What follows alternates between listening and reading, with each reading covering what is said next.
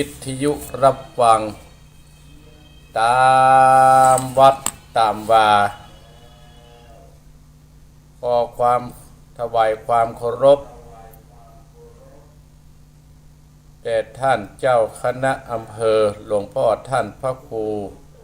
สาธุกิจจนันท์หลวงพ่อเจ้าคณะอำเภอโดยรอที่เคารพนับถือและขอแสดงความนับถือไปยังท่านพระครูอภิวัฒนวิกรมท่านรองเจ้าคณะอำเภอโดยรอบวัดปากตังเจริญขอความสุขความเจริญจงบังเกิดแก่บรรดาศรัทธาญาติโยมบรรดาพ่ออุ้ยแม่อุ้ยพ่อเจ้าอาวาสวัดหนองเหียงตำบลสันติสุขอำเภอโดยรอจังหวัดเชียงใหม่ได้นำรายการเจ้าคณะตำบลสันติสุขเจ้าอาวาสวัดหนองเหียงตำบลสันติสุขอำเภอโดยรอจังหวัดเชียงใหม่ได้นำรายการมรดกธรรมกำเมืองธรรมยำเจ้าได้มามาจาซึ่งตรงกับวันที่19เดือนพฤษภาคมพศ2567ตรงกับเจ้าของวันอาทิตย์ตรงกับเดือน9เหนือขึ้น12ค่ำว่าเป็นวันที่ศรัทธาญาติโยมทั้งหลายมาแล้วอาตมาภาพก็จะได้ปาอีพ่ออีแม่ต้านผู้ฟังทั้งหลายที่อยู่ใกล้อยู่ไกลอยู่ตั้งเมืองฟังก็ดีอยู่ตั้งอำเภอแม่อายก็ดีอยู่ตั้งอำเภอแม่ริมก็ดีอำเภอดอยสะเก็ดตัวเมืองเจียงใหม่สันกับแปงก็ดีอ้อมมาตั้งวันออกเนกหลับปูนก็ดีจังหวัดพี่น้องจังรับหลับปูนก็ดีอำเภอรีก็ดีหลายที่หลายแห่งมาตั้งนี้ก็ฮอดดอยเต่าจอมตองแม่วางสำเมิงสันปะตองสถาญาติโยมหลายที่หลายแห่งที่อาตมาภาพมาได้เอ่ยนามมาก็ดีอาตมาวันนี้นะสถาญาติโยมก็มาตรงกับเวลาเป๊ะสถาญาติโยมเพื่อ7 วันนั่นก็จะได้มามาจาได้มาบอกข่าวบุญงานกุศลตามวัดต่างๆตลอดถึงงานของอาตมาภาพเป็นต้นก่อนอื่นนั้นก็ต้องขอบพระคุณท่านผอ.ขึ้นสีขาวท่านพระครูอภิวัฒนวิกรมเจ้าอาวาสวัดปากตังเจริญท่านรองเจ้าคณะอำเภอเดรอที่ได้ฮือเมตตาอาตมาภาพเก้ากับผมนั่นได้มาได้มาจาพบปะศรัทธาอีพ่ออีแม่พี่น้องคณะศรัทธาญาติโยมทั้งหลายที่ได้สดับรับฟังในตอนเช้านี้พดไปเพื่อถึงปุ้นศรัทธาญาติโยมปทุมธานีโยมบัวพินสิงกันที่ได้ฟังแต่เจ้าเพิ่งกระส่งข้อความมาออกหรือยังกำลังออกอยู่นะโยมนะเนาะก็เป็นกู้เป็นเกมศรัทธาญาติโยมที่เปิดปัญญาการเจ้าต่างกรุงเทพเนาะอาตมาภาพก็ขอบพระคุณอนุโมทนาสาธุโดยเอาละศรัทธาญาติโยมเพื่อบ่ให้เสียเวลาเนาะเวลาการล่วงเลยไปเพราะว่าสายน้ำบรรลอท่าไผ่คุณงามความดีนี่บรรลอท่าไผ่ทุกอย่างในโลกนี้เต้ากันคู่โคนนั่นก็คือการละเวลาเต้ากันศรัทธาญาติโยมบอกว่าคนโจรคนรวยมหาเศรษฐีบอกว่าบอกว่าพระก็เวลาเต้าเดียวกัน24 ชั่วโมงเหมือนกันแต่เมื่อเฮาบ่ฮื้อมันผ่านพ้นไปก็เตรียมตัวสร้างคุณงามความดีตั้งแต่วินาทีนี้พร้อมกับอาตมาภาพต่อไปยืนอีพ่ออีแม่ล้างจิตล้างใจเหมือนกับเฮาถ้วยที่เฮากินไปแล้วศรัทธาญาติโยมถ้าเฮาบ่ล้างมันก็บ่สะอาดจิตใจของเฮาคนเฮาก็ตามท่านทั้งหลายถ้าเฮามันล้างมันจิตมันล้างจิตล้างใจจิตใจเฮาก็จะสะอาดแล้วก็จะเกิดเมตตาซึ่งกันและกันต่อไปกับพระเนอพ่ออุ้ยแม่อุ้ยนอ ภัยแฮมโทรเนอสตาญาติโยมถ้าอาตมาบอกว่าโทรศรัทธาก็ต้องโทรแต่ว่าต้องโทรเตือนตัวนี้เพราะว่าถ้าโทรแล้วมันล่มนะสตาญาติโยมมันอิดกับคนที่เปิ้นเกาะเกี่ยวสัญญาณอิดกับไอ้เจอิดกับเจ้าของสถานีเนอสตาญาติโยมกับพระกับหนึ่งกับสองกับสามอะระหังสัมมาสัมพุทโธภควาพุทธังพระเขาวันตังอภิวาเทมิกาบสวะคาโตภะคะวะตาธัมโมธัมมังนัมมัสสามิกาบสุปฏิปันโนภะคะวะโตสาวกสังโฆสังฆังนะมามิกาบนะโมตัสสะภะคะวะโตอะระหะโตสัมมาสัมพุทธัสสะนะโมตัสสะภะคะวะโตอะระหะโตสัมมาสัมพุทธัสสะนะโมตัสสะภะคะวะโตอะระหะโตสัมมาสัมพุทธัสสะพุทธังสรณังกัจจมิธัมมังสรณังกัจจมิสังฆังลานังกัจจเมตุติยัมปิพุทธังสรณังกัจจเมตุติยัมปิธัมมังสรณังกัจจเมตุติยัมปิสังฆังลานังกัจจเมตติยัมปิพุทธังสรณังกัจจเมตติยัมปิธัมมังสรณังกัจจเมตติยัมปิสังฆังสรณังกัจจเมอิติปิโสภะคะวะอะระหังสัมมาสัมพุทโธวิจจารณะสัมปันโนสุขโตกเวโตอนุตตะโกเอหิปัจจิโกโอปันนายิโกปัจจตังเวทิตาโพวิญโยอิติสุปฏิปันโนภะคะวะโตสาวกสังโฆ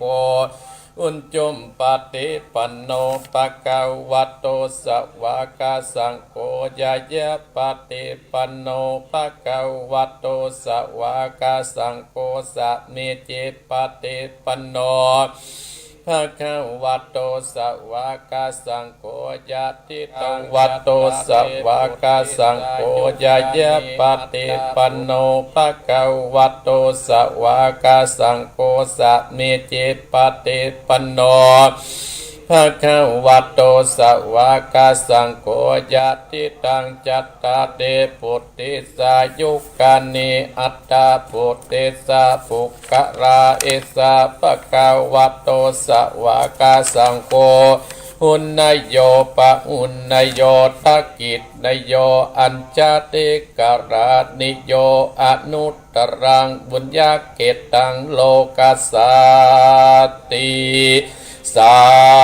ธุสัตตุภะปัญญาปะตะมีสัมติตัสสะตุภะปัญญาปะตะมีวัดแวดล้อมมิติยาปะตะมีอ้อมล้อมระวังดีศีระปะตะมีบังออกดาบเมตตาปาดามีปะเปตังปืนตานาปาดามีเป็นปืนตั้งต่ออุเบกขาปาดามีก็เป็นเบียงสัจจะปาดามีแวดระวังดีเป็นไม่เต้าขันติปาดามีกายเป็นออกดาบบังนามัยและปืนไฟอาทิตตานาปาดามีปับ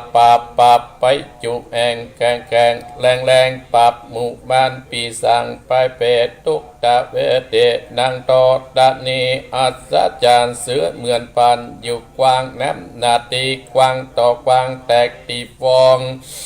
นานองนานนอกเป็นเกาตอกดอกไม้มาปูจาพระแก่นตายสัตตานพระพุทธังเลยจุกมาไปโปรดจุกมาอนุญาตโปรดผู้กาเตะดีแม่นางทอดนีออกมาดิดมวยบ่มอยู่กลางธาตุจังไรขาดข้างาสับพุ่นตีนพุทธนำนาตีรงพระปายก็อาตับเต้าปะยามานเอาอาปุนกัวกับยกมือต้นหัวใส่กาผู้กานี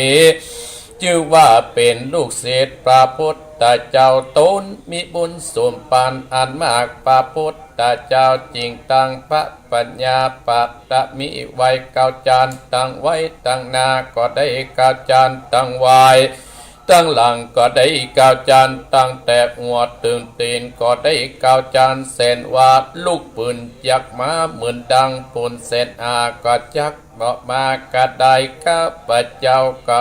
ได้ไว้ว่าพุทธคุณนางธรรมคุณนางสังฆคุณนางพุทธอินตาธรรมอินตาสังฆอินตาสะเมตโตรณีผู้อยู่เดือน้ำอยู่กรรมเป็นดินการกาลเนกเกิดตึงคุณพระพิตาคุณพระบรรดาคุณครูบาอาจารย์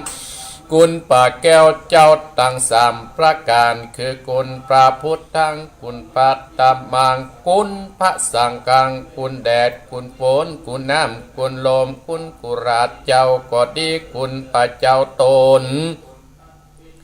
ภาวนาก็ดีคุณนางอุตราก็ดีคุณปะปัจเจเจ้าก็ดีคุณแม่นางตอดัดนี้เจ้าก็ดีจุกมารักษากับนาและกำลัง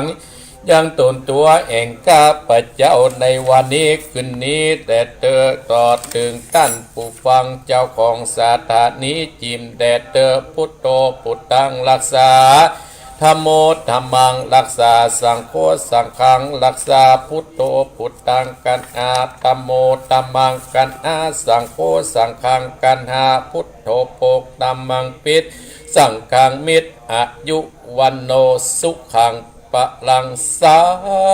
ธุสาธุสาธุอมติปสะมังสะดับเทียนกาวัดวาดลุกเป็นเปลวไปสติการใจกูเทียดนี้ปรับเมืองปีมาจุดดาวบ่หูเข็นจิตปาปับจิตมา101ภาษากุกอบปรับไตตื่นฟ้าเตือดหน้าแผ่นดินก้าวลินกูก็เป็นน้ำเก้ากลางกูก็เป็นแม่น้ำใหญ่ก็ชักออกไปตัวหัวปีตายไปลินกูก็เป็นดับเทียนกาปรับเตปากูเตียงปะกัวสังอมสหปะโตมังสวะหายอมเป็ดจะรำแผ่นดินดำไว้ว่าสายตาพิกาดกับนีละคนดีตูไว้ที่นี่อย่าเอาตัวหมูด้านตั้งปีมันและผีเขนผียักษ์ผีเย็นหยัดได้มากายผียักษ์ลายจุกนิปันตั้งกลุ่มปันยักษ์ลายอันต้องเตียวก็คือไพ่หนีไปสวะหายสาธุดุกะดาเจ้าภัยญะอันว่าภัยตั้งหลายประการต่างๆนานาเป็นต้นว่าภัยไปไม่ก็ดีไปอันเจ็บกายได้เป็นภัยญา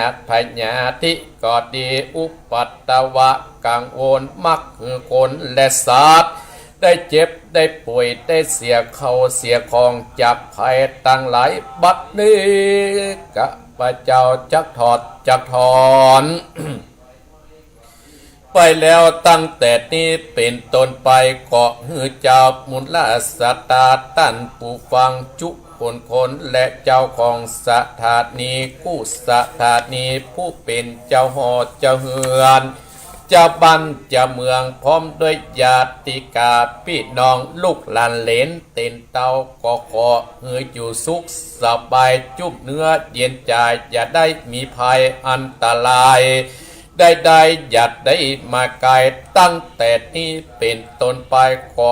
ท่านผู้ฟังจูผู้จุคนและเจ้าของสถานีวิทยุกู้สถานีผู้เป็นเจ้าหอ ผู้เป็นเจ้าเฮือนและเป็นญาติเจ้าของบ้านและญาติกาลูกหลานเหลนตินเตาทุกคนจุกมีโจกและลาบมั่งมีตุ่นเตากันนะทุกคนเตี้ยงแต่ดีอายุวันโนสุขังพระลัง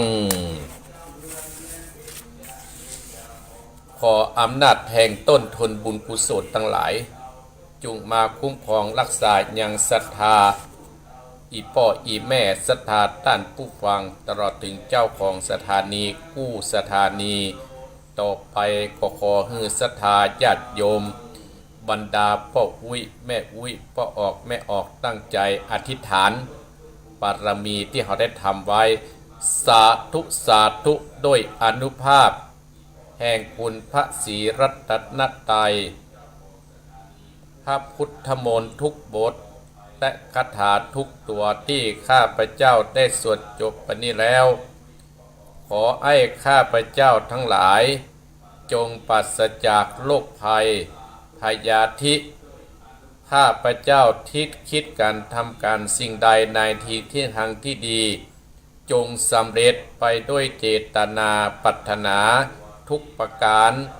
โดยอนุภาพแห่งคุณพระศรีรัตนตรัยคุณพุทธมนต์ทุกบทและครุกพระคาถาทุกตัวจงบันดลบันดาลให้แก่เจ้ากรรมและในเวรทั้งหลายทั้งในอดีตและปัจจุบันและในอนาคตของข้าพเจ้าจงมาอโหสิกรรมอย่าได้เบียดเบียน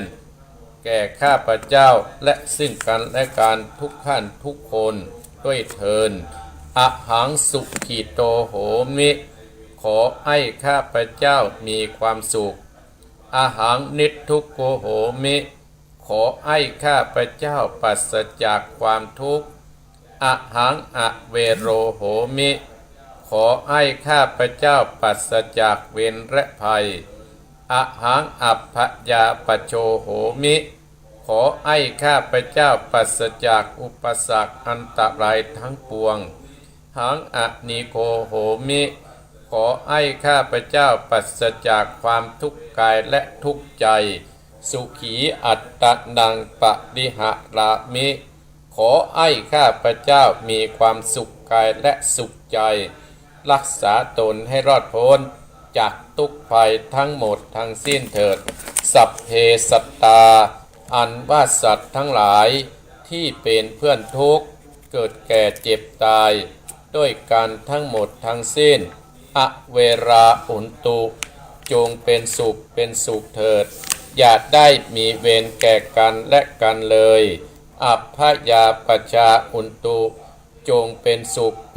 เถิดอย่าได้พยาบาทและเบียดเบียนซึ่งกันและกันเลยอนีคาอุนตุจงเป็นสุขเถิดอย่าได้มีความทุกข์กายและทุกข์ใจเลยสุขีอัตตนังปฏิหารันตุจงมีความสุขกายและสุขใจรักษาตนให้รอดพ้น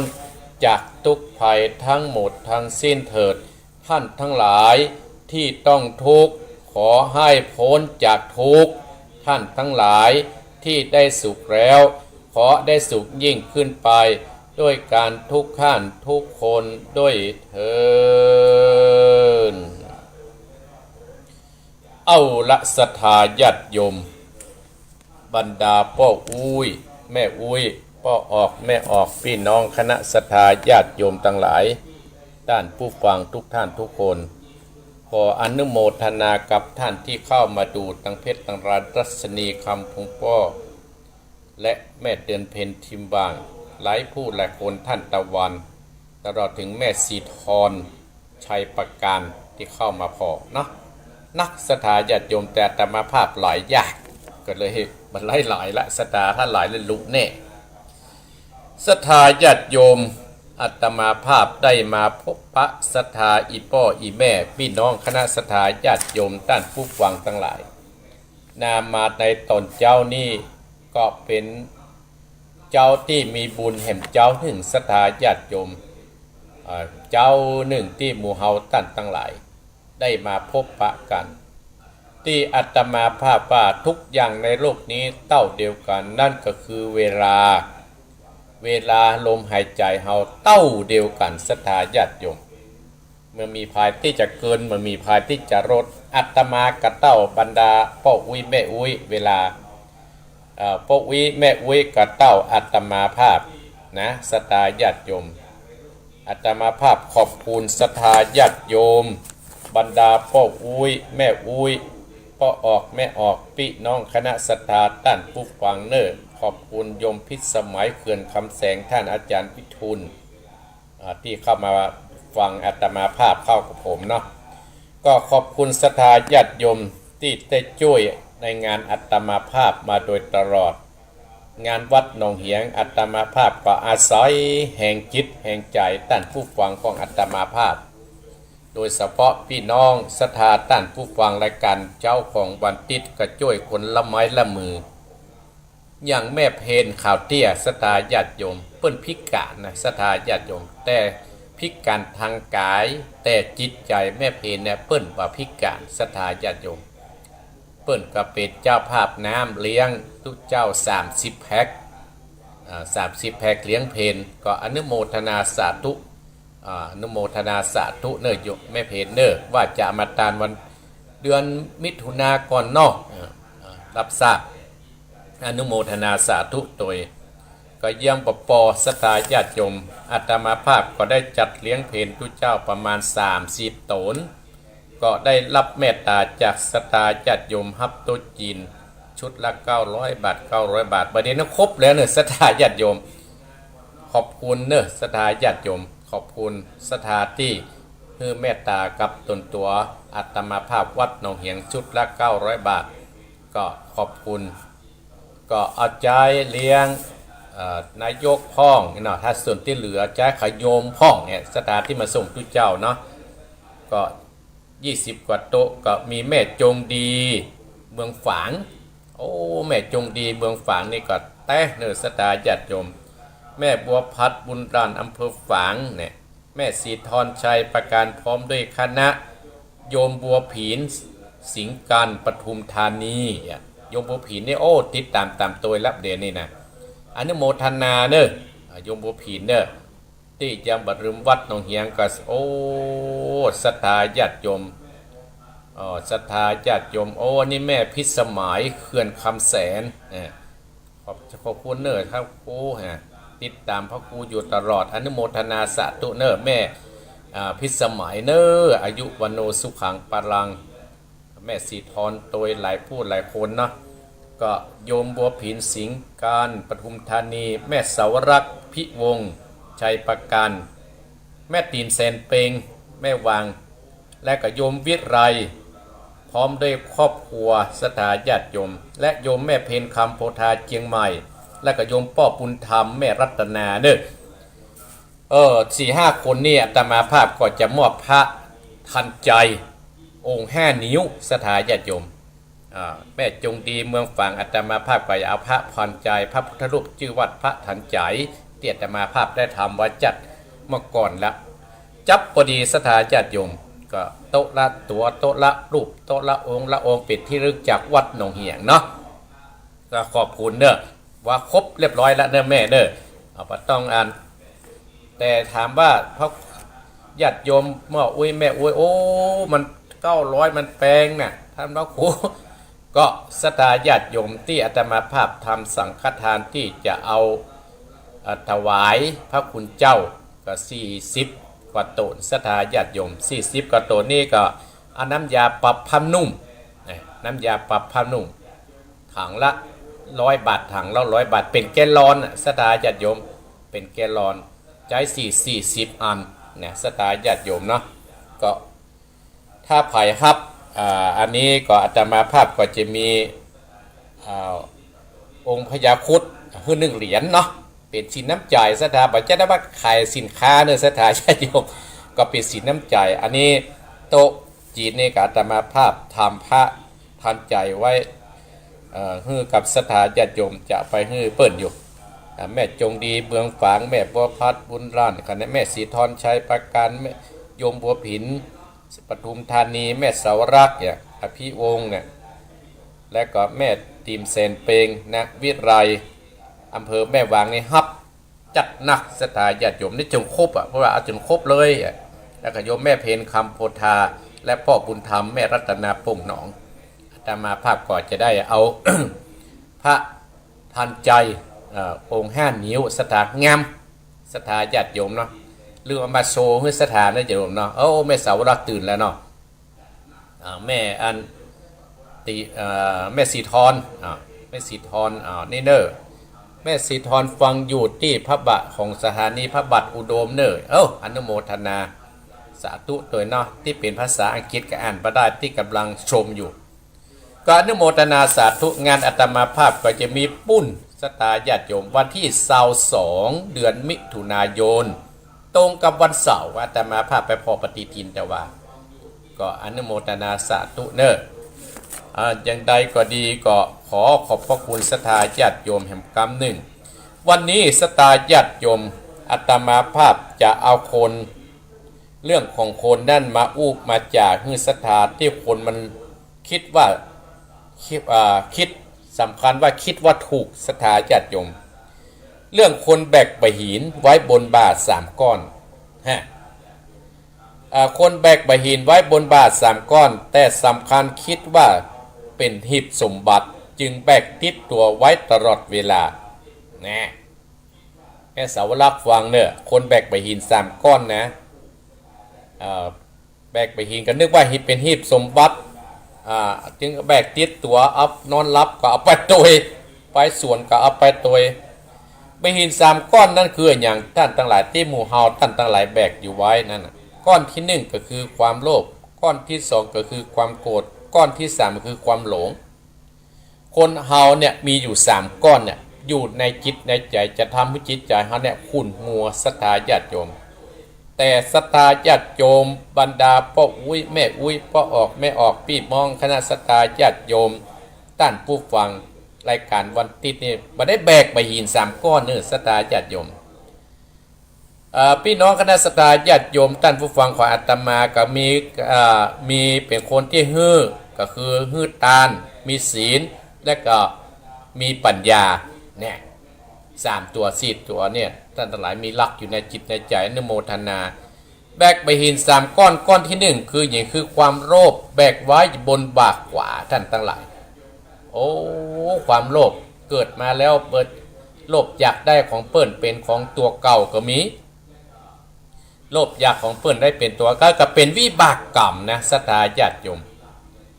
วิบากกรรมวิบากกรรมอีพ่ออีแม่นึกทำมหาวิบากกับผู้เศรษฐีนะที่เป็นพี่อ้ายพี่น้องไต้หัวกันเนาะเป็นพี่ตาอ้ายเปิ้นปนีไปบวชละน้องไว้เอาทรัพย์สมบัติแบ่งไว้ให้แล้วเอาลูกเอาหลานไว้ฝากไว้ให้เมินข้าวผู้เศรษฐีเนี่ยสตาญาติโยมจะกินกับกลัวมันเสี่ยงจัดตานกับกลัวมันมดไผเอาอย่างให้กินเอาให้ตานกันดาเปิ้น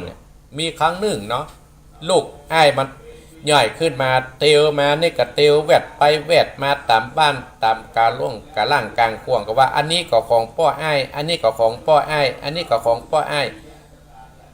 น้องของผู้เศรษฐีว่าผู้เศรษฐีที่วิบากกรรมเนี่ยท่านได้ยินอย่างนี้ละอ่อนคนนี้เนี่ยยังบ่ย่อยเตี้ยอันใดก็เป็นของพ่อมันอันใดก็เป็นของพ่อมันอันใดก็นี่ก็เกิดขึ้นอาฆาตนะท่านมีความโลภอยากได้ของตัวเก่าเนี่ยเป็นของคนอื่นอยากเป็นของตัวเก่าก็เลยเอาลูกหลานเอาไปฆ่าบิดคอตายอยู่ข้างในไปเหี้ยวไปจ้าพุ่นเนาะวิบากกรรมใช้ออกมาท่านทั้งหลายเนี่ยได้ผู้เศรษฐีเนี่ยมันมีลูกมันมีหลานเพราะไปฆ่าลูกอ้ายเปิดด้วยความโลภอยากได้สมบัติท้ายที่สุดก็ทรัพย์สมบัตินั้นก็เป็นของหลวงพุ่นวันนั้นในธรรมมหาวิบากอีพ่ออีแม่อันนี้นะแต่อีพ่ออีแม่ขึ้นสีขาวของเฮาเนี่ยเป็นคนที่ตานคือการเสียสละทรัพย์ส่วนตัวเสียสละทรัพย์ส่วนพระองค์ช่วยเติมแท่งครูบาอาจารย์ที่เพิ่นมีการมีงานอย่างวันนี้ศรัทธาญาติโยมหมู่เฮาที่ฟังในนี้ก็บางคนก็จะเดินทางไปปุ้นวัดม่อนจอมพอพุ่นไปงานวันเกิดหลวงปู่อายุ77ละหลวงปู่ครูบาม่อนจอมพออายุ77ละแต่อาตมาภาพก็ได้ไปศรัทธาญาติโยมพ ราะอาตมาภาพมีกิจตั้งแต่เมื่อเจ้าเนี่ยสถาตั้งแต่6 โมงครึ่งเนี่ยกิจข้องานแล้วก็จะไปสืบชะตากิจข้อตอนแล้วก็จะไปงานหั่นติ่งเพราะค่ำเพราะสถาญาติโยมงานวัดตารอที่เพื่อตอดพระป่ายก็ยังได้ไปห่วมเพื่อนนะสถาญาติโยมเพราะว่าอาตมาภาพติดภารกิจตั้งแต่ฮับตำแหน่งมันเป็นตำแหน่งเอามาใส่บาตรแต่สถาญาติโยมตะก่อนนี่มีเวลาอายุ62เนี่ยงานเข้าสถาญาติโยมคนเฮาเนี่ยศรัทธาญาติโยมเมื่อเพิ่นเขียนเป็นลายลับอักษรเฮาแสดงเฮาก็ต้องแสดงเต็มที่อีพ่ออีแม่อันนี้เพราะว่าสำคัญว่าเป็นหีบสมบัติก็คือความโลภแบกไว้บนขวาไหล่ขวาบ่าขวาก้อนที่สองคือความโกรธแบกไว้บนบ่าซ้ายโอ้ความโกรธคนใดโกรธแล้วศรัทธาญาติโยมความโมโหโทโสในอีพ่ออีแม่โอ้ทำให้เฮาเนี่ยจากเรื่องน้อยกลายเป็นเรื่องใหญ่ก็มีนะสตาญาติโยมบ้านเมืองเดือดร้อนก็เพราะความโมโหโทโสความโกรธนี่แหละบัดระงับความโกรธบางคนก็ขี่รถไปเมื่อวานเต็กแกสกันหน่วยเดียวลงไล่ฟันกับเพราะอย่างเพราะตัวนี้ไอ้สตาญาติโยมเฮาแบกติดเนื้อติดตัวเฮาได้ความหลงแบกไว้บนหัวทุกคนน่ะแบกไว้บนหัวเฮาสตาทุกคนน่ะก็บ่ยอมโยนเพราะคิดว่าเป็นหีบสมบัติติดเนื้อติดตัวเฮาไปเฮาก็นักไปแล้วอาตมาภาพก็เลยมีเรื่องนี้มาอู้ฮึศรัทธาญาติโยมโอ้5 โมงแล้วศรัทธาฟังเทศน์จะทำเนาะทำนะก็เป็นเจ้าภาพก็คือพ่อสมศักดิ์แม่เพนขาวเตี้ยตามไปฮื้อกับพ่อน้อยปันแม่เงินในนายอเนกชัยกาวินตานไปฮื้อกับพ่อของเปิ้นคือพ่อชอนชัยใส่กาวินและตานไปฮื้อกับเจ้ากรรมนายเวรเพราะฉะนั้นเฮานั้นก็คือสร้างบุญละปารมีกับตัวเก่านั้นคือปารมี10ประการ1ตาน2ศีล3เนกขมะ4ปัญญา5วิริยะ6ขันติ7สัจจะ8อธิฐานะ9เมตตา10อุเบกขาตั้นตะหลายเตี้ยตมาภาพจักนำมาอู้มาจ่าให้อีพ่ออีแม่1ตานคือการเสียสละทรัพย์เสียสละเวลาอย่างอีพ่ออีแม่วันนี้ยมสมพรรัตนังเป็นต้นเนี่ยเจ๊มวยเขาเป็นต้นเนี่ยเพิ่นเสียสละเวลาอันมีงานมีค่าเนี่ยไปร่วมทำบุญกับหลวงปู่อายุ73 ปีเนี่ยก็อนุโมทนาสาธุโดยนาสตาญาติโยมมันเป็นบุญเป็นกุศลบุญเนี่ยมันเกิดขึ้นกับในจิตในใจเฮาอย่างบรรดาศรัทธาที่ฮับโตจีนที่เลี้ยงบรรดาเลี้ยงครูบาอาจารย์เนี่ย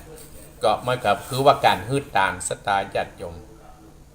ตานด้วยจิตด้วยใจเนี่ยเป็นบุญเป็นกุศลอีพ่ออีแม่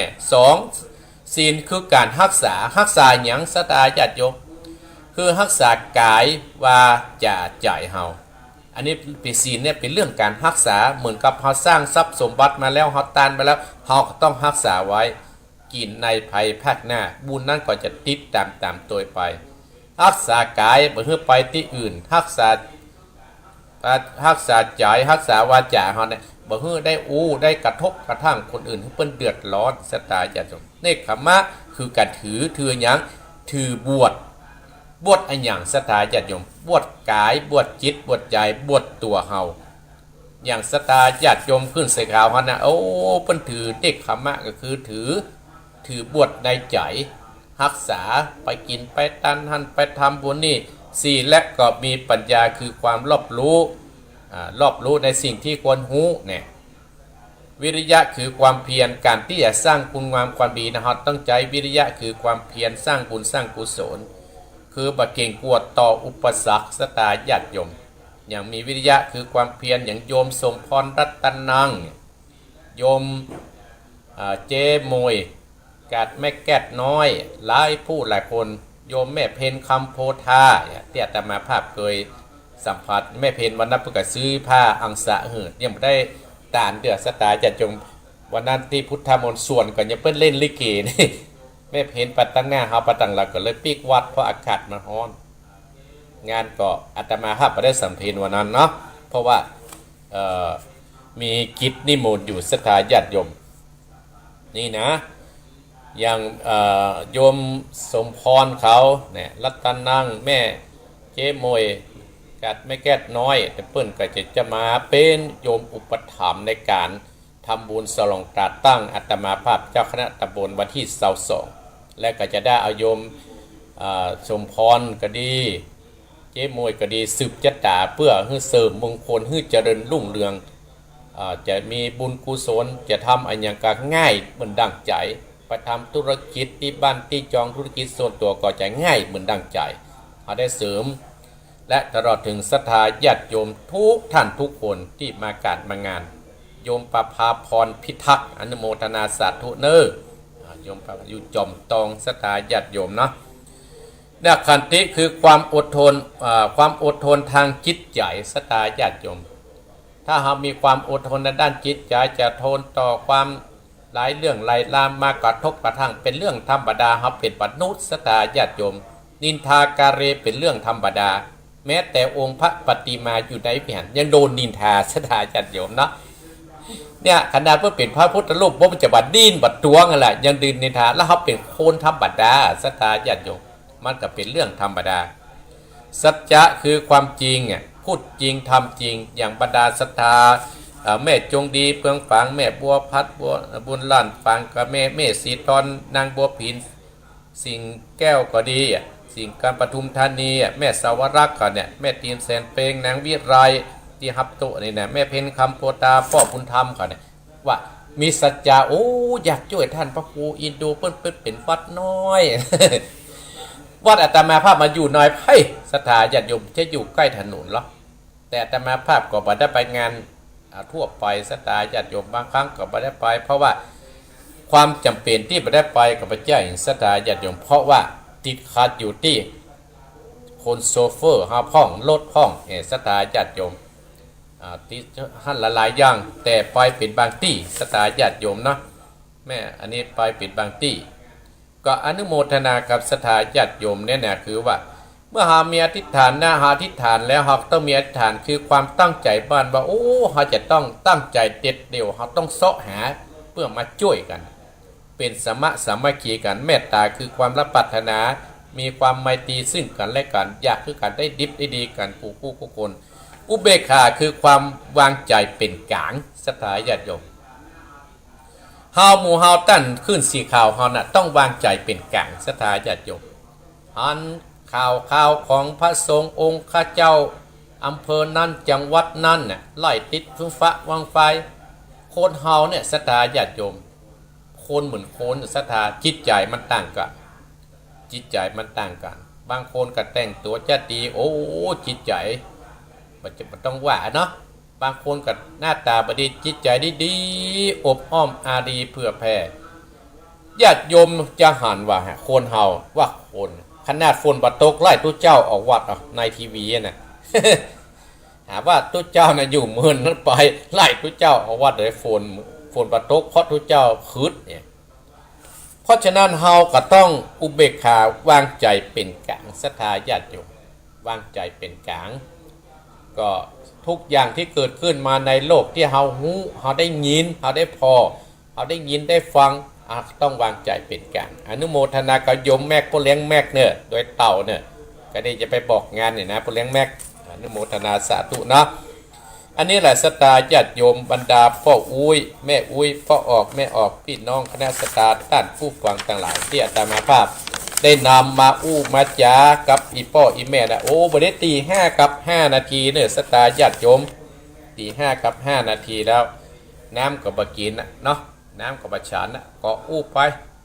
อาตมาภาพก็จะได้เอาธรรมมาเทศให้ศรัทธาญาติโยมเนี่ยเอาธรรมมาเทศแม่นงรักพี่ทองจาอนุโมทนาเนี่ยเอา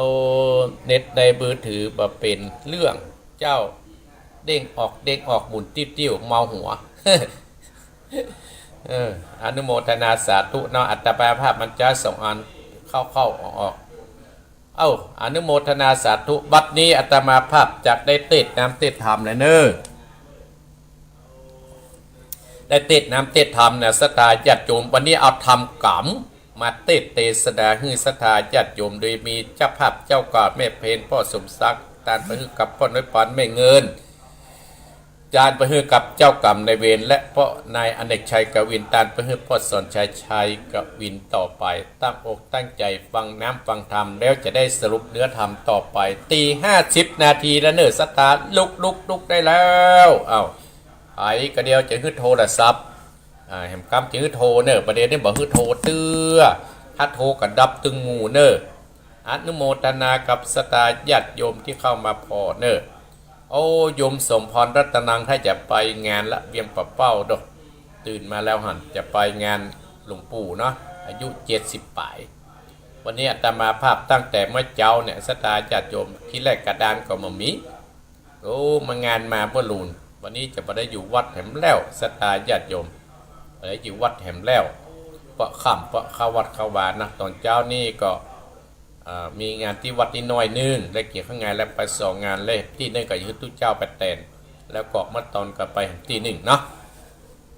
เอาละสถาญาติโยมเอาทำกรรมมาเตะกรรมมีการกู้โคนลองฟังเนื้อสถาญาติโยมเนาะแล้วจะได้สรุปเนื้อเรื่องฮือสถาได้สดับตับฟังต่อไปเนื้อเอาไว้ทำเนื้อไว้ทำต่อเนื่องไปเลยสถาญาติโยมนะโมตัสสะภะคะวะโตอะระหะโตสัมมาสัมพุทธัสสะ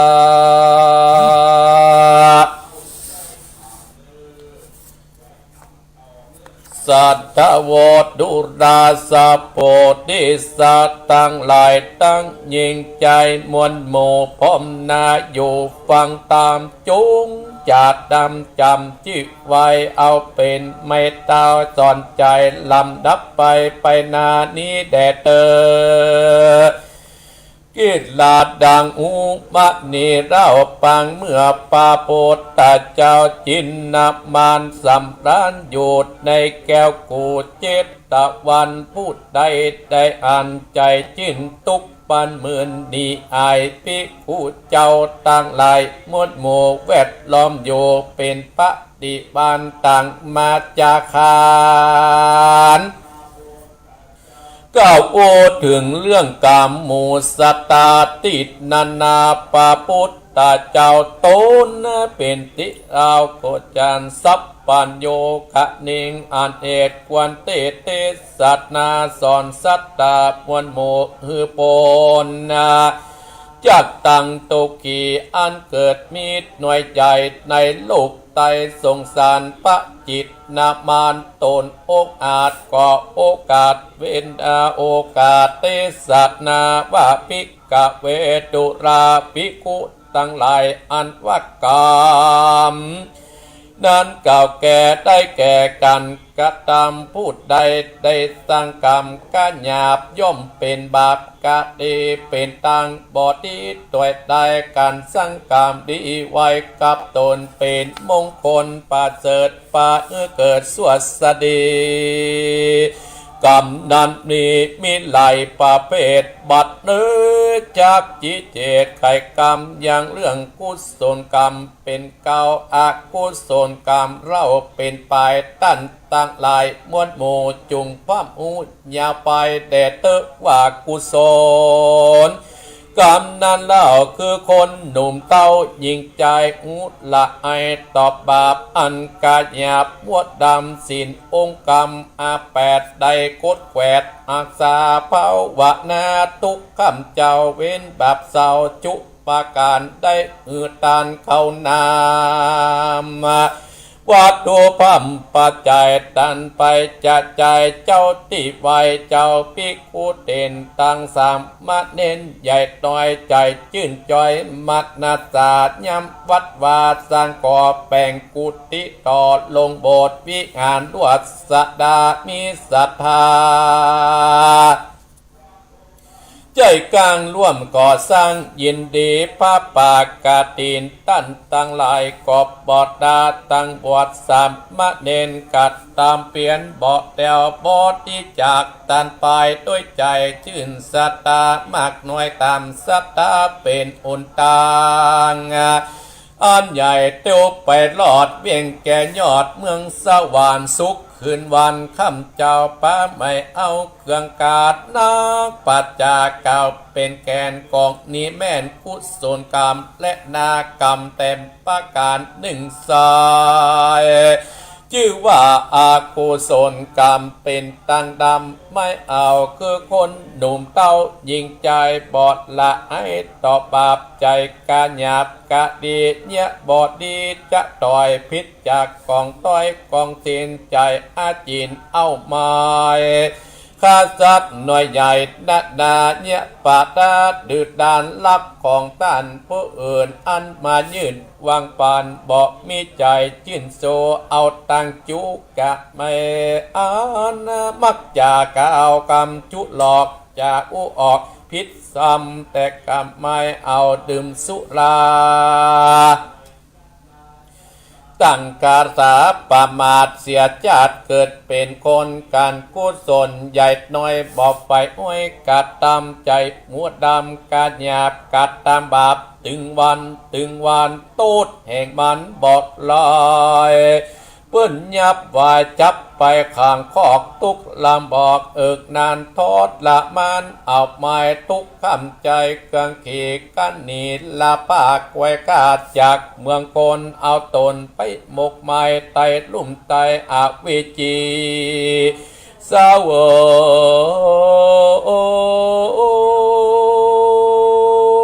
ตุกไม่เอาเดือดตุกบ่เอือดคืนวานนักปัจจากไข่ปันเป็นแกนตุกอันนี้แม่นอากุศลกรร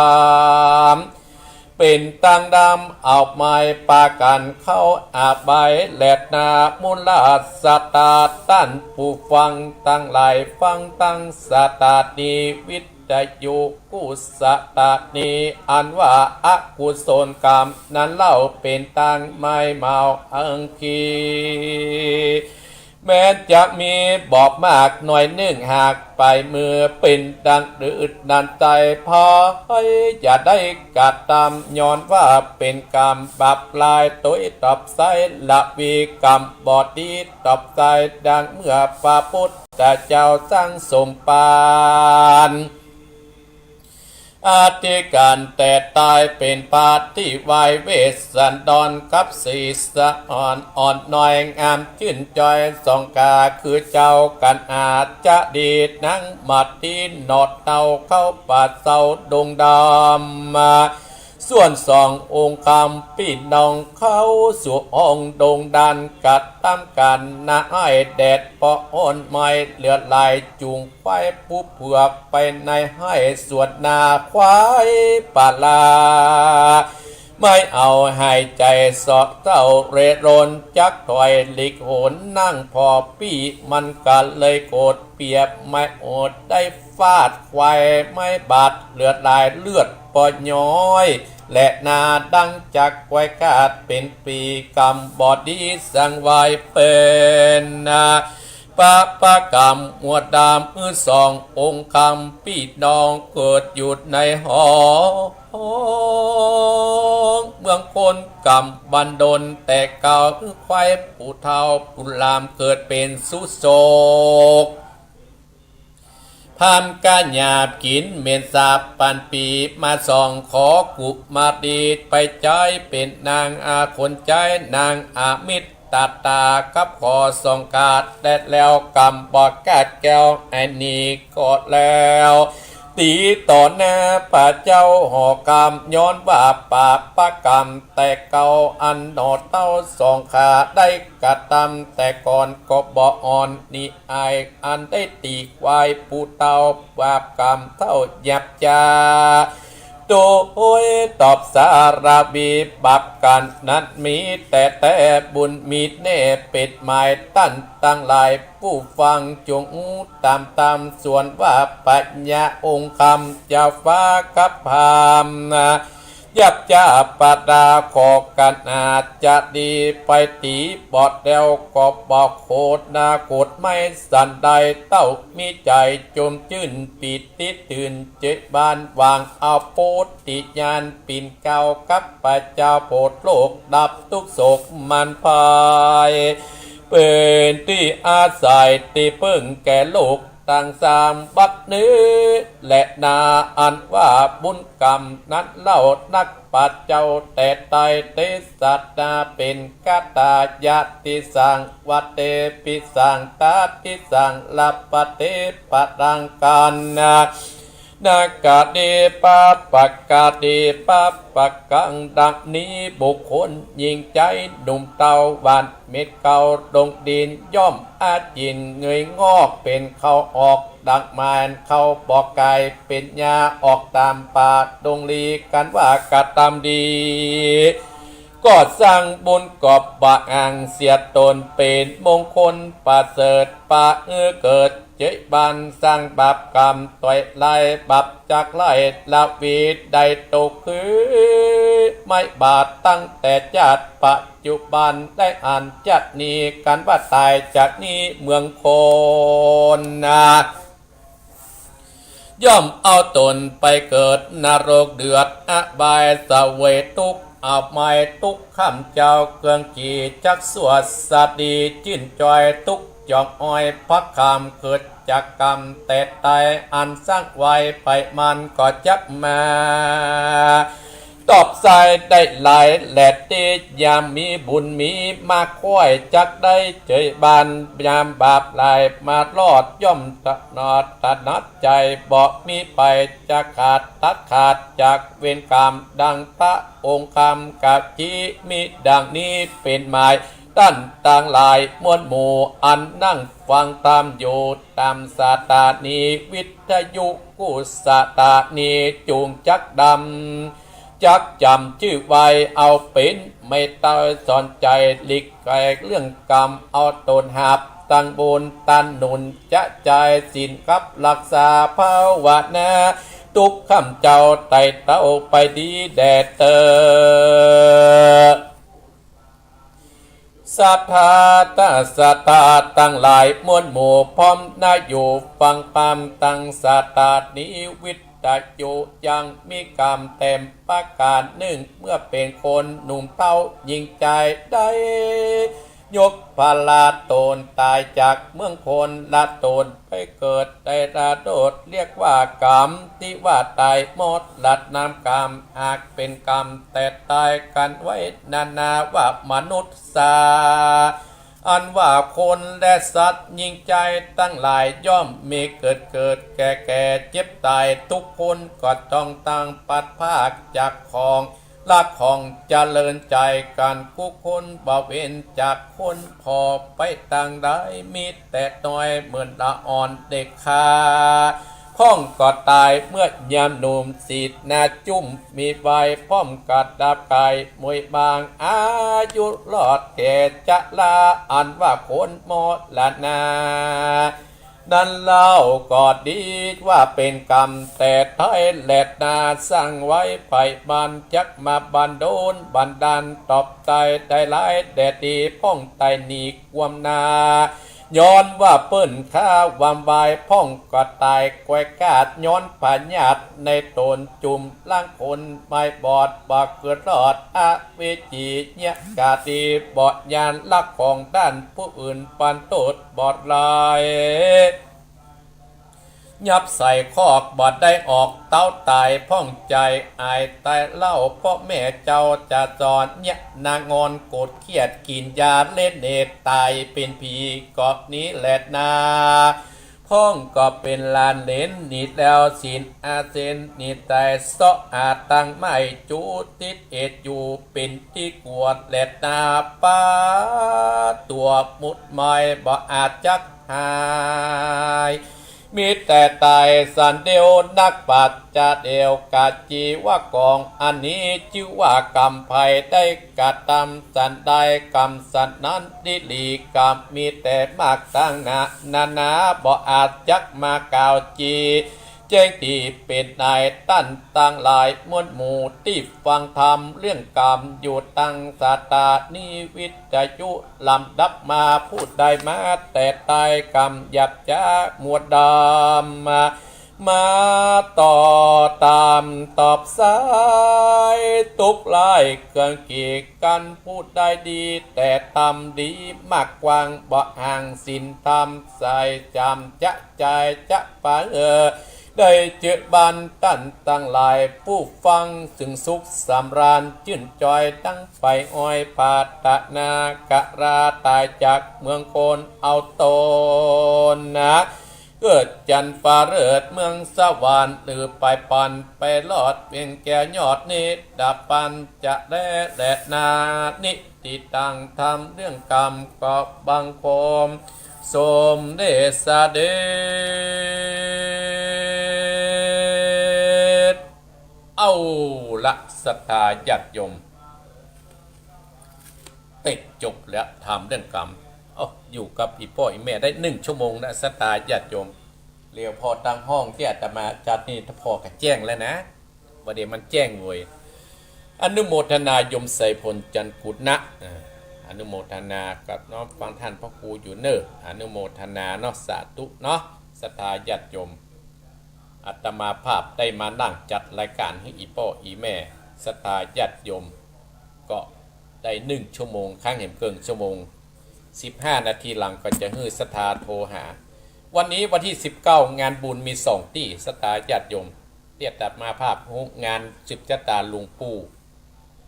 วัดม่อนจอมพออายุ77 ปีและศรัทธาญาติโยมวันนี้งานเริ่มละ8 โมงก็เริ่มละศรัทธาญาติโยมแต่อาตมาภาพมาได้ไปร่วมงานที่2นั่นก็คืองานวัดตาร้อวัดตาร้องานพระป่าสร้างวิหารก็มาได้ไปร่วมเหมือนกันศรัทธาญาติโยมแต่ว่ากับงานหลังถ้ำก็มาได้ไปศรัทธาญาติโยมวันนี้อาตมาภาพก็จะไปแห่งหนึ่งเนาะไปของไปเทละตีละตังก็เหมือนกันสักตีศรัทธาญาติโยม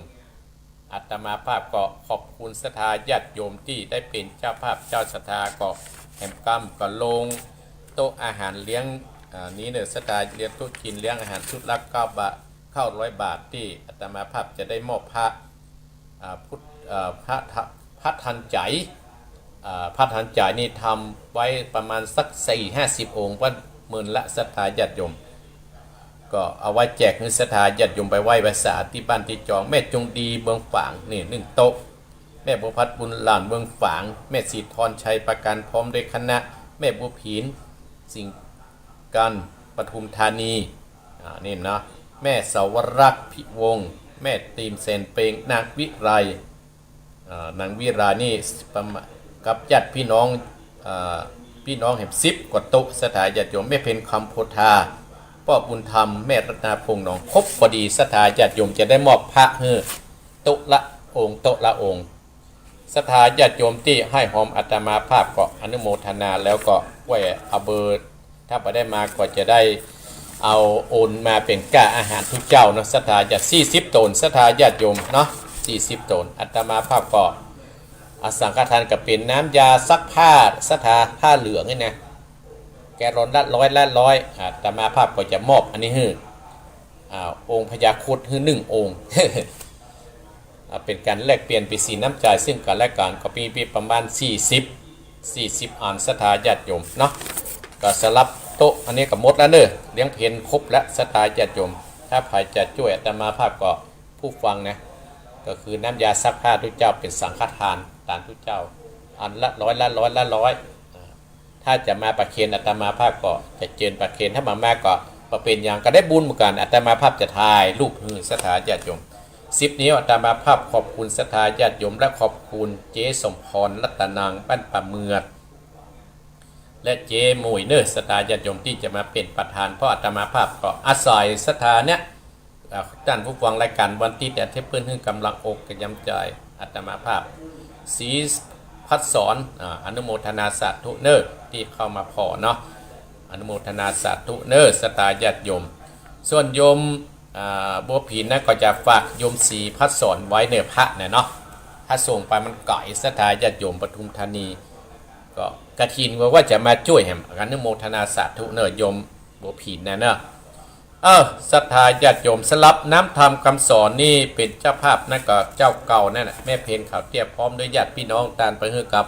พ่อแม่ของเปิ้นศรัทธาญาติโยม ห็นกำกับตรวจน้ำเนอเอาละสตาญาติโยมน้ำธรรมคำสอนนี้มีเรื่องอยู่ว่ากรรมของคนเฮาเนี่ยมาเหมือนกันศรัทธาญาติโยมบางครั้งกรรมเผาพงพันพี่น้องบางครั้งก็มีกรรมกับลูกกับหลานบางครั้งก็มีกรรมกับพ่อกับแม่คนเฮาเนี่ยนี่กรรมมาป้นสักคนอย่างในธรรมนี่เพิ่นก็ยกตัวอย่างให้หมู่เฮาตั้งหลายฟังว่าอย่างเจ้าจารีเจ้ากันหาซึ่งเป็นลูกพญาเจ้าเมืองของพระเวสสันดรเนี่ยศรัทธาญาติโยมเมื่อสมัยครั้งหนึ่งเนี่ยศรัทธาเจ้าจารีเจ้ากันหาเนี่ยเกิดมาเป็นคนได้จัดหนึ่งศรัทธาญาติโยมจัดหนึ่งได้ไปเอาควายเท่าเนี่ยไปไถนาเพราะมีนาหรอกพ่อแม่ก็ย้ายไปไถนาสองคนพี่น้องก็เอาควายเท่าเนี่ยไปไถนาศรัทธาญาติโยม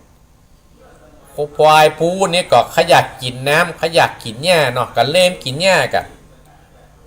จารีกันหาเมื่อเป็นคนเห็นจัดนึงก็ใจขึ้นกับลากไม้มาบุ๊บควายเท่าเนี่ยศรัทธาญาติโยมจนเลือดเป็นย้อยตามเนื้อตามตัวเป็นเส้นเป็นสายศรัทธาญาติโยมควายก็กระตุกไข่นาอย่างปอดละอ่อนมาไม้มาบุบแผมบุบควายซ้ำควายเท่าศรัทธาญาติโยมสุดท้ายอนิจจังทุกขังอนัตตาเป็นเรื่องธรรมดาเมื่อมีเกิดมีแก่มีเจ็บและก็ต้องมีตายควายนี่ก็ตายไปตั้งหลายใจก็ได้ผูกอาฆาตกับละอ่อนส่งคนเนี่ยศรัทธาญาติโยมตายไปมันจัดเกิดเป็นสู่โชคอะเมนสาบตึง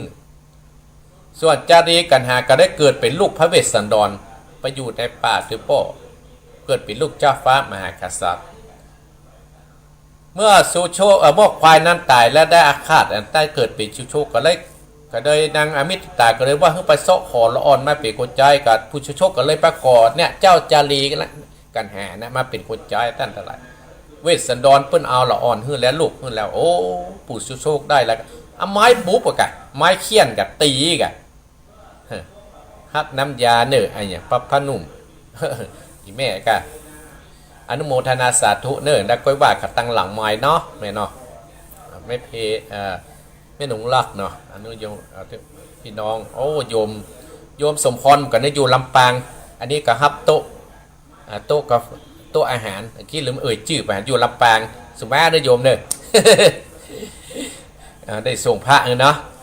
หันหน้าขึ้นจะได้แล้วลืมจดไว้ศรัทธาญาติโยมตึกไหนมาไปอ่านชื่อก็ตายไปศรัทธาญาติโยมได้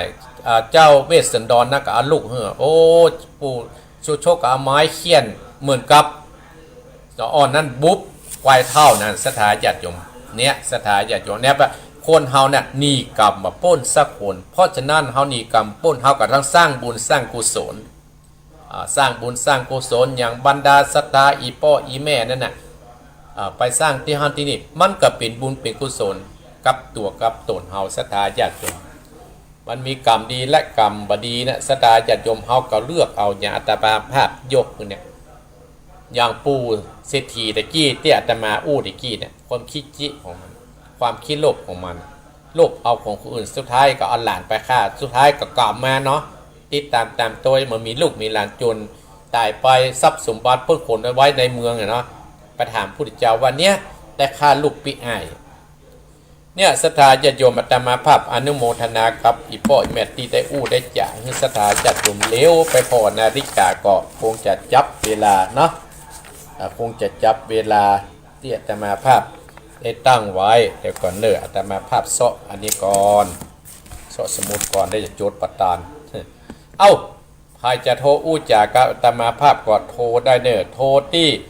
082-885-7225 จำมาให้ได้นะคนเข้าเนี่ย082-885-7225อันนี้ได้ละหันจะเริญปอนโอ้อันนี้แม่ประพัดกะโอ้2 ถุงอันนี้ไม่ เออแม่บพัดเนาะอนุโมทนาโอ้ใครเห็น39แม่บพัดจะย้ำมาแล้วว่าไ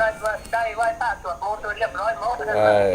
อนุโมทนาถ้าจะไปอาตมาภาพจะส่งภาพไปให้เด้อเจ้าว่าสาธุเจ้า2 ถุงเอามือฝางใครเห็น38อนุโมทนาสาธุสายต่อไปเจริญพรแม่ยังแม่ทอง โอ้แม่ทองลีได้ยินแล้วกะแม่ทองโอ้ก็ว่าเติร์ดเนี่ยอันนี้มันบรรดาปฏิวัติเนี่ยวันที่ท่านเขาพูดมาว่าที่น้อยมาห้อยตรงอ่ะโอ้ไม่ได้ปล่อยแม่ไม่ได้ปล่อยแล้ววันท่านเขาพูดประมาณไม่ได้ปล่อยแม่ทองลีเนาะอนุโมทนานะแม่เน้อจวนเจ้าหมู่มาทำบุญไปที่22 มิถุนายนเด้อเจริญพรสายต่อไปเจริญพรโอ้ป้อนแหนประเกตประเสริฐตัดสินที่ชุดเลยครับพระครูชัดเจนเนาะฮะอันนี้เพิ่นชัดเจนเนอะไม่ทองเพิ่นอยู่ไก่ไม่ทองอ่ะอนุโมทนาเด้อกำลังใหญ่ให้พระครูได้ขอพระครูได้ยุคไหนเอาไปลูกโป่งใส่แกบอกเอาตรงไปครับเด้อบุญรักษาเนื้อแมวเนอะจะเจริญพรสายต่อไปเจริญพรโลกเข้ามาได้ติ๊กหรอแม่สีทอนมาแล้วอนุโมทนาแม่สีทอนเนอะเพิ่มมาแล้วกะได้อ่านได้พอเนอะได้ส่งมาเนอะเจริญพรบอกเขาแม่นี่ตัวแม่สาวรักษ์เจริญพรจากลำปางแม่น้อยตัวดีเจ้าแม่น้อยอนุโมทนาแม่น้อยเนอะแม่น้อยเนอะเจ้าแม่ฟังเจ้าแม่เอ้ยบุญรักษาแม่เนอะเจ้าอายุวโนสุขังปะละโอ้เชิญผู้ฟังนางอาจเจริญพรก็บุญธรรมบุญธรรมปุ่งน้องอนุโมทนาเนอะโอ้บัดได้ปล่อยป่อวันนี้มีงาน3 ตีก่อนตั้งเนี่ยได้จะโพสปฏิบ้านหนุ่มหูว่ะเอาเวลานะป่อเนาะฟังโอนอย่างเด้อได้จะบอกจะเล่นพรนะป่อเนอะจะเล่นพรโอ้ข่าวก็ฮึปล่อยแต่อาตมาภาพก็มามีเวลาเฮ้ยจะเล่นพรแม่ยังแม่น้ำร้อนเจ้าแม่ดวงดีว่าจะได้แม่วันนี้โทษผิดดวงดีม่วนเล่นน่ะกลับมันน่ะเนาะน่ากะจะว่าม่วนฟังเอาเป็นคติสนใจเนอะถ้าว่าบุญมีกระจายเป็นเพียงประปิ่นเนี่ยจะไปได้ล่ะมาเนอะก้อยกับนี่มันไรเด้อตัวหล่อเหมือนได้เนาะมันย้ายมาขี้ขานได้จะไปเยี่ยมบุญรักษาเนอะบุญรักษาเนอะแม่เนอะถ้ามาเด้จะเอาสถานหัวขึ้นนะได้เนอะบุญรักษาเนอะเจริญพรเจริญพรโอ้คนน้อยนะอีพ่ออีแม่เนาะดูกันเนาะโอ้ป้อนนั้นนันนานบุญรักษาพรเนอะได้กะต่างคนกับมีการเนาะต่างคนกับมีอนุโมทนาสาธุเจริญพรแม่พ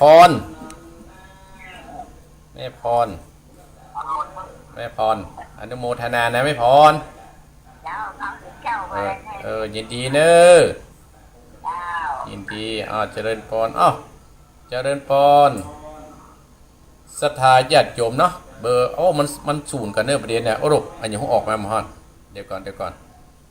ก็เมื่อคืนนี้ก็จะไปเพื่อนเนี่ยว่าผันมีป้อเนอะเมื่อคืนนี้ปะกันที่บ้านโป่งเนอะขึ้นมาจำชื่อได้ซื้อเสาะหาเบอร์ว่าปะมันนึงจะโทรหาเมื่อคืนนี้จะไปเตะทำที่บ้านโป่งตำบลอำเภอแม่วางศรัทธาญาติโยมบัวผันมีป้อใกล้ให้กับไปปะเนอะบัวผันมีป้อคืนนี้จะไปบ้านโป่งนะเอาไม้มาเจริญพร ริญพรเนอ วิทยาครับ โอ้หลวงพ่อว่าไงไม่บิณฑบาตกะวันนี้วันนี้รู้สึกว่าวันอาทิตย์ไม่ค่อยดีอาจารย์ อ๋อ แล้วตรงวันศีลไม่เป็นไร อืมดีดี เอาอาจารย์เอาแค่นี้ได้นะ อนุโมทนาสาธุเอ้า การครับ เจริญพรเอ้าเจริญพรมาหาหลวงพ่อเอ้าโทรมาเนอะสตาญาติโยมหันโทรศัพท์อาตมาลุมหามัลสบรักเก้า0828857225อ่ะลองโทรสตาญาติโยมเนอะวันนี้ขี้ไม่ได้อ้าวเจริญพรหน่าดีละเจริญพร แม่ฟังแม่ แม่ยัง แม่สีอะไรปลาการตะเกียบเจ้า แม่ศรีวิไลสบายดีนะแม่เนาะ เราสบายดีวันหน้าแม่จะไปเที่ยววัดแม่ เจริญพรขอบคุณเนอบุญรักษาสายต่อไปเจริญพร ว่าแต่เจ้า พี่น้องห้วยน้ำขาว เจ้า ว่าจะได้วันนี้วันคืนนี้จะไก่บ้านฮะหมอเนี่ยจะปล่อยบ้านโป่งไว้น่ะ น้องกับเจ้า ไก่บ้านฮะนะ จ้า บุญรักษาเนอจะลงทานเนาะลงทานนะ เจ้า บุญรักษาเนอบอกเขาสอทอประกิตอะไรประกิตตาเนอ เจ้า เจริญพรเจริญพร ว่าแต่เจ้า แม่ยัง แม่น้อยบ้านจะโทษตำบลจงขายอำเภอเมืองลำปางเจ้า โอ้แม่น้อยลำปาง2 คนแล้ว เจ้า บุญรักษาแม่น้อยนะ อาทิตย์อ่ะ ฮะ แม่ฟังปู่อาทิตย์อ่ะ ยินดีนะแม่เนอ เจ้าแม่ติดไว้วัดหลวงพ่อวัดไว้แม่หมูนานาด้วยเนอะ อนุโมทนาสาธุเนอ โอ้แม่เป็นกำลังใจนะ ขอบคุณ จ้า บุญรักษาเจริญพรเจริญพร เจ้าเป็นสาวเจ้าเป็นสมัยเนอะ โอ้แม่พี่สมัยอยู่ที่ไหนก็ มันอยู่ตั้งแต่คุ้มคุกทางการลำปางนี่ ลำปางนั่นกะแม่เขาว่านิยมแม่พี่สมัยหมื่นแล้วเนาะ เจ้าเมื่อนั้นเจ้า นั่นกะ ว่าปูยังได้รับตำแหน่งอย่าง นั่นกะเพราะว่าน่าโยมนี่เพิ่นเคยอยู่ที่ไหนนึกว่าอยู่ตะปูนหรอโดยสังเกตก็แล้ว อนุโมทนาเนี่ยแม่แพเนอร์ เจ้ามีกำลังใจไว้เจ้า ขอบคุณอนุโมทนาสาธุโยมพิสมัยลำปางลำปางปัตตังเกาะคาเนี่ยอาตมาว่าแป๊บอยู่เจริญพร เจ้าแต่ลูกเจ้า แม่ยัง แม่น้อง แม่น้อมสบายดีเนาะ เจ้าสบายดีเจ้า แม่น้อมด้วยเต่านะแม่น้อมเนาะใช่กะ เจ้าเจ้าอยู่กัดยาง อยู่ตาจางอันนั้นไม่สา เจ้า แม่ตาจางอนุโมทนานะแม่เนอ แต่ก่อนไปอยู่บ้านแอนแล้วก็บ้านหลวงแก้วอ่ะ งานจะมีวันที่22นะครับแม่เอี่ยวบ้านเก่าให้เนอที่บ้านพ่อสาวแก้ว โอ้ก็มีเวลาก็มีหมู่ควายกับอย่างนั้นควาย อนุโมทนาเนอ เจ้าสาธุเจ้า เจริญพรสายต่อไปเจริญพร ไปจ่ายเจ้าท่านหู แม่ยัง แม่หลวงอยู่อำเภอลิ้นบันบวกเจ้า แม่หลวงชัดเจนดีก่อ ตะเกียบเจ้า ตะกี้แม่ทองหาว่ามันดับเกินเลยหรอ อันนี้ตะเกียบดีเจ้า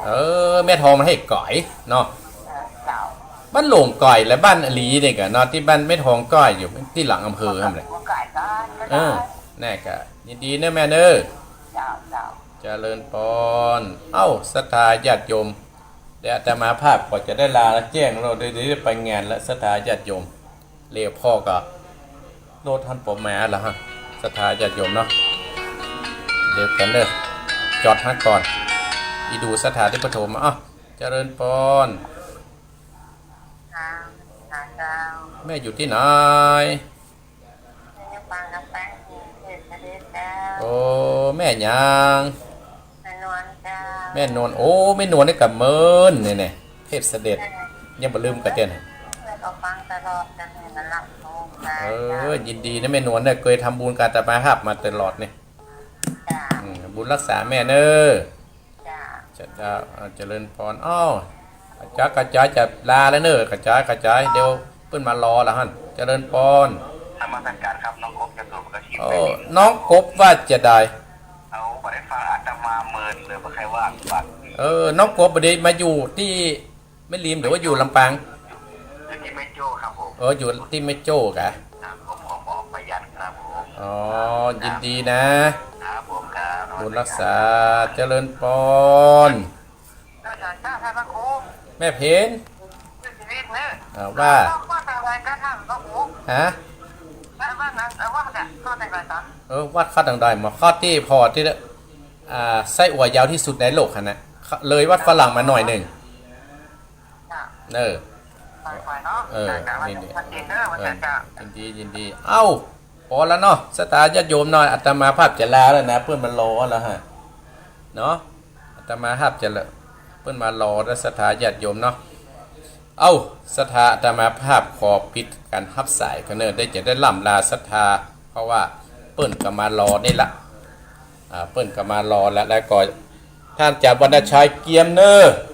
เกียมต่อเลยเพราะเวลาเหลือ15 นาทีก่อนถ้าจากวรรณชัยเตรียมเนอเดี๋ยวก็จะได้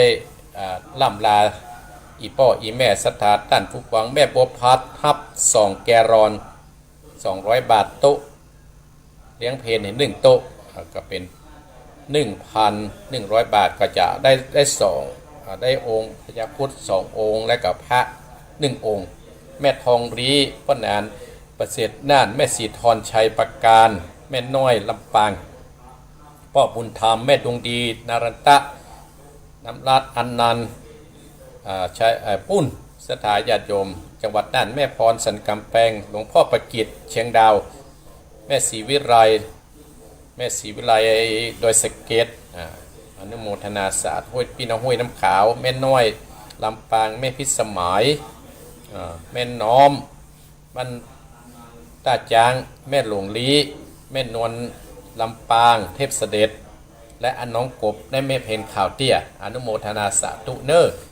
บุญรักษากับศรัทธาญาติโยมทุกท่านทุกคนโดยบุญใดกุศลใดที่อีพ่ออีแม่คิดและปรารถนาก็ขอให้ส่งความมุ่งมั่นปรารถนาทุกประการวันนี้ได้หันหน้ากันทั้งตลอดรายการศรัทธาญาติโยมก็เดือดดำศรัทธาเดือดวันนี้ขาตั้งนี่เป็นใจต่อไปให้ได้ซื้อขาตั้งใหม่ศรัทธาญาติเอาที่แบบหนักๆนั่นแหละที่มันหมุนไปได้นะที่อาตมาภาพผ่านนะอนุโมทนากยมสมพรลำปางเนอะที่ฮับโตเลี้ยงเพนอนุโมทนาสาธุโดยท้ายที่สุดนี้อาตมาภาพขออนุโมทนาอ่านชื่อคนที่ฮับโตจีนแห่งกรรมศรัทธาญาติโยมเนาะอ่านติดนี้พอแล้วหมดแล้วเนอะ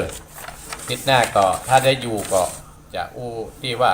ถวายพระสงฆ์เป็นน้ำยาซักผ้าแกร้อนนั้น100 บาทก็ได้ฮับของที่เลือกก็คือองค์พญาครุฑ1 องค์กอบจัดงามศรัทธาญาติโยมทั้งหลายเนาะก็อนุโมทนาแม่จงดีฝางเนาะอันนี้ใจบุญใจกุศลแม่บัวพัดบุญด่านฝางฮับ1 2 แกรอนกับโต๊ะ1แม่สีทรชัยประการแม่บุผีนสิงการปทุมธานีแม่สาวรักอภิวงศ์ชัยประการแม่ติ่มเซนเปงอำเภอแม่บางนางวิไรสันแห่งโดงโต๊ะจีนและก็แม่เพนคำโพธาและพ่อบุญธรรมแม่รัตนาปงหนองเนิกอนุโมทนาสาธุโดยบุญใดกุศลใดเลี้ยงเข้าทุกเจ้าก็ให้อิ่มนำสำราญแม้นวัดจะกินจักตานไปหาพ่อตานไปหาแม่ตานไปหาปีตานไปหาน้อง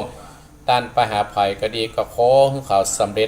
จได้บุญกุศลอานิสงส์แห่งการตานเข้าน้ำปัจจัยในครั้งนี้ก็ขอให้มากับกายมาเป็นก็แก้วไข่กรรมมาปกอำสัมปริษา